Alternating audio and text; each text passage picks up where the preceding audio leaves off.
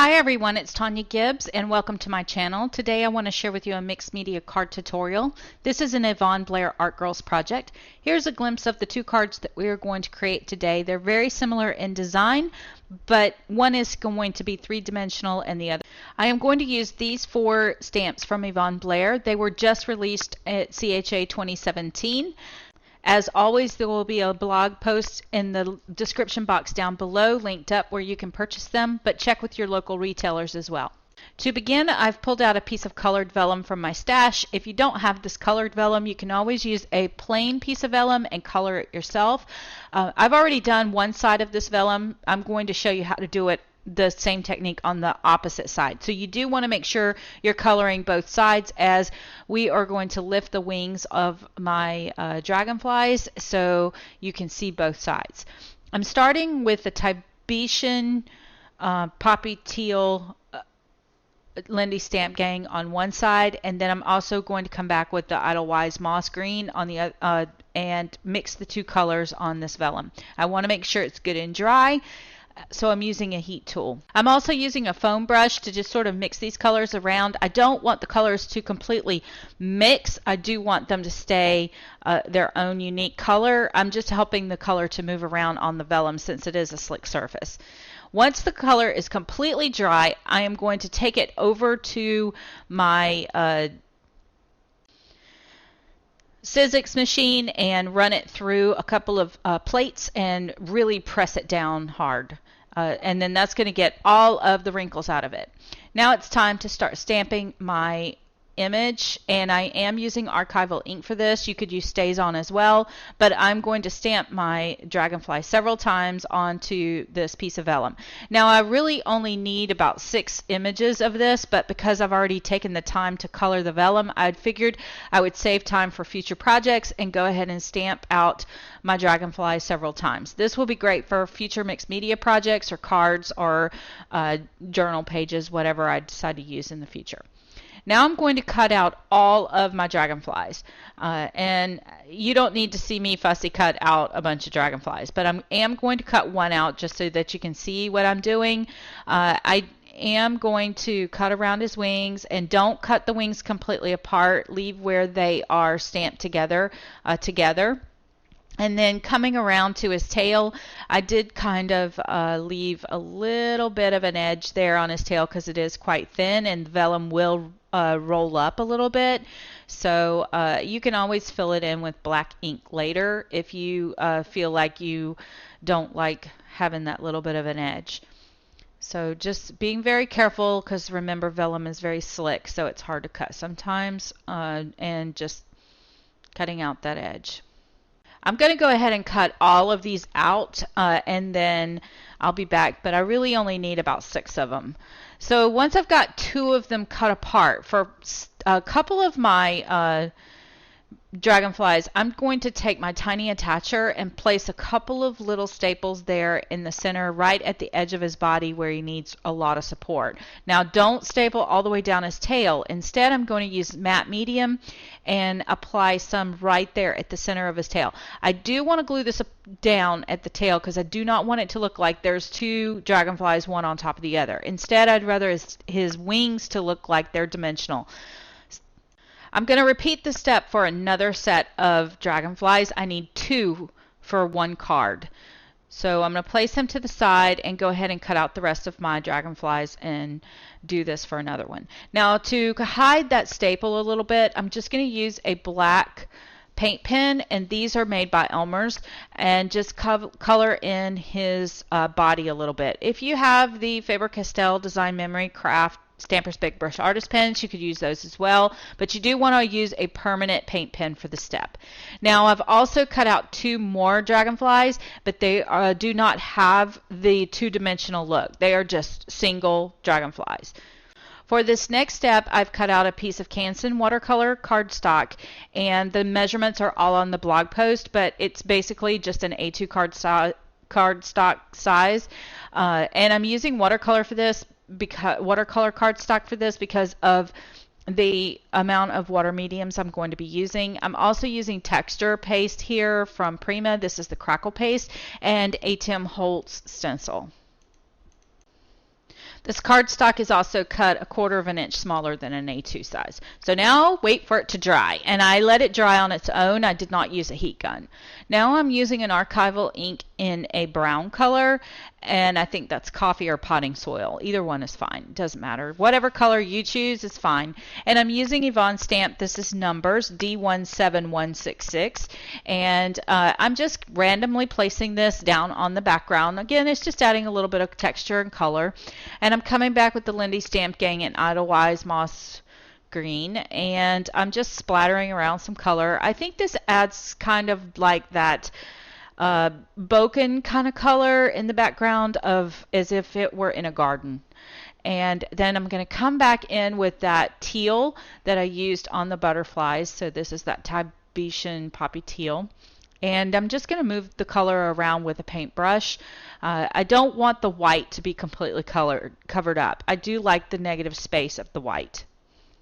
So using a paintbrush, this helps me to maintain the integrity of the white. Then I decided this is really not taking on the look of a Valentine card at all. So I do want to maintain a masculine look here. So I grabbed out my Rudolph's Nose Red, which has a really nice shimmer in it as well, and I'm adding a couple of splatters here. And now I've started to notice it's really taking on that rusted look that you would find in a garden, and I'm really enjoying this color combination. But do be careful, because in the areas where you add this red, you could actually get a really muddy color. So like I'm getting up there in the top right when I add the red to the green area. So be very careful of that. Use it sparingly on the green areas. Remember, red and green make brown. So be very careful. But I do like the rusted effect that I'm getting here, and I really like how it's turning out. And I do like the fact that the Lindy Stamp Gang is adding a really nice, picking up the texture in the crackle paste. So for card number 1, I've decided to add a little more grunge to it. So the idea for this card was to have pretty much the same design, but one of them be more dimensional, so as if you were going to give this card face to face to someone, and then have this almost the same design, but this design be somewhat flat, so if you had to mail the card. So what I'm doing here is using my distress tool to distress at the edges, and then also this is a tag from my stash where it has just been living in the bucket, and it kind of matches my theme, so I'm just going to distress it up as well and add a little bit of brown to it on the edges. When you're making masculine cards, I feel like distress is a wonderful way to pull in the masculine theme. So I'm just going to take that ink pad and just run it over the top very carefully and very lightly, just to pick up some of that texture on the top. Again, I want to pick up the texture, but I do not want to ruin my negative area of white space. So then I decided I've covered up some of my stamping, so I've just added a little bit of that back into it. So now I'm going to come back and add a few black splatters. I just thought that bringing in a black element would be nice. So just adding some black paint there. I've had some people in the past ask me what that is. That's just a Wilton candy container that I've added some black acrylic paint to, that I've added a little bit of retarder to. Don't use water to liquefy your acrylic paint because it causes the pigment to separate. So I just bought some really nice airbrush fluid or a retarder and just add it to it, and it helps to liquefy it a little bit. So now this is not for the faint at heart, I will admit. I used my fingers. You can use a paintbrush if you don't like fingers to be gluey, but I just dug right in with my fingers. I've dug around in my little bucket of wonders here on my desk and found this scrap of mossy looking webbing, and I've added it to the center. Again, this is my 3-dimensional design. And this is the stamp that is Love You Like Crazy. So I'm stamped it here. Again, I'm not being super neat with this, and I really don't care because this is a masculine card, and not that I don't care about things being neat for masculine cards, but I think this card is grungy, and if it was too neat, then the grunge effect would not be as predominant here. I'm using a platinum colored embossing powder from Ranger, and it is going to go really nicely. It's going to contrast really nicely with all of these greens.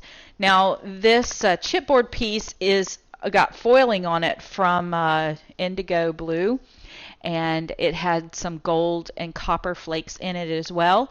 So it's going to pull in my gold flaking from the sprays that I used, but it's also going to complement the silver that I used in the embossing powder.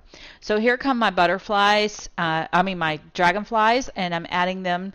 I have added matte medium to the bottom dragonfly. I've added matte medium completely to his wings, and I'm adding him down to the bottom surface. And now I'm adding a piece of foam adhesive, very, very small foam adhesive, to the bottom dragonfly so that the wings pop up for the top one. And then I'm going to add up in the top corner, do the same exact technique there for that dragonfly. So now my dragonflies are completely secure on my card panel on the base, so the vellum will not curl over time, I think is my point here. But they will always be dimensional. So anyway, you'll see in the picture how they kind of flutter up a little bit, and I like this effect. I've done this with butterflies before, and it's really cool on layouts and things. So this is a leftover piece of twine that I colored with some sprays back at Christmas time, and I had some left over, and of course the gold shimmer on this twine is going to pull out the gold and the shimmers as well as the gold on the heart. So I'm just going to use it to tie off on my tag. And since the twine is quite stiff from the sprays, I'm just going to add a little matte medium there to the center of the bow, and that will make sure that it does not come untied. So I'm going to put this to the side to let it dry really well and work on my second card design. So I've pulled out this little Polaroid cut that I've had in my stash for a while, cut them from scraps generally. And this is another stamp from Yvonne. It's called Will You Forever Be? And the sentiment says, you will forever be my always. And it didn't quite fit on my Polaroid, so what I did was I didn't cut it, I stamped it in half, and it did not stamp perfect. It was a little wonky, but I think that adds to the charm again, because that's what happens when you type something onto a Polaroid. You know, you often see them, they're written on wonky or they're typed on wonky. Again, I think that adds to the charm. So what I did was the first line says, you will forever, and then the second line says, be my always. And again, I'm using that same embossing powder again and just heating that up. And I love the industrial feel of these metallic colors on these cards. I think it's going to add to the charm here. And I'm trying to bring that white cardstock forward by using it on this Polaroid. Again, not the faint at heart here with your fingers. You can always use some paintbrushes if you would prefer. But I was so happy doing this card. My fingers were inky and messy, and I just dive in when it gets to be like this. Honestly, I was very happy doing this card, so I needed some of this. I called it therapy. So anyway, here I go. I decided to add my frame on a angle. I like that too, and the frame's going to really frame out my dragonflies nicely. I'm really excited about that. So I'm just going to add a little bit more of that matte medium down just because everything was still kind of wet and I was messing with it, and so it didn't stick very well. So here I go, adding the matte medium to the back of these dragonflies. Now these are one layer dragonflies. They are not dimensional at all. So this is more like if you were going to do this same design in a journal page. This would be an excellent way to use these. So again, just completely cover your dragonflies on the top and the bottom just to make sure that they stay down really well. I'm just got a little bit of that matte medium there on my palette, and I'm just being very liberal with it. That's going to keep that vellum down, especially if you are, like I said, adding it to a journal page and you want to make sure that they're stuck for life. That's a good way to do it. Just, dive in and finger paint. That's what I like to do. Anyway, it's not for the faint at heart, but us mixed media artists, we love inky fingers, right? So while I finish this up, let me tell you a little bit about these stamps. Again, if you have a local retailer that carries Impression Obsession stamps, please go there first. But otherwise, check out the blog post over at YvonneBlair.com, and the link will be down in the description box down below for you guys, where you can purchase these stamps if you wish. So I had already foiled up this heart as well. These hearts were from Maya Road, I believe, but in another blog post somewhere way back, I had done these and never used them. So I just added that there to finish off that frame. So these are top folding cards, A2 size. This is just some cardstock that's been in my stash. It's a nice berry color, and it complemented that dark, rich red in the Lindy Stamp Gang. So all of the measurements, again, are over on the blog post. I just added some score tape to the back of each one of these panels because they are quite heavy with that watercolor card stock. So I wanted to make sure they stayed down really well. And now I've added that there. I've also added some white cardstock to the inside so I can write my sentiment very well, and just making sure that that sticks down really good. I've just added it there. Each one is cut 1/4 of an inch smaller. These panels are cut at 11 inches by 4 1/4 and then scored at 5 1/2. So there you go. So here's the two cards side by side, and you can see how the dragonflies really pop out on the right. That's the 3-dimensional card. Here's a close-up look of that one. And then here is a close-up look of the flat card. So if you wanted to mail this card, these are great designs too. You could write on the inside of them, "Happy Father's Day," "Thinking of you," or any other sentiment that would go great for a masculine card, "Happy Birthday." So anyway, thank you guys so much for hanging out with me today. If you've enjoyed this production, don't forget to leave me a comment, a thumbs up, and share it with a friend. And also don't forget to go check out that blog post and leave me a comment there that lets Yvonne know that you're enjoying the work that I'm doing for her. Thanks again, guys.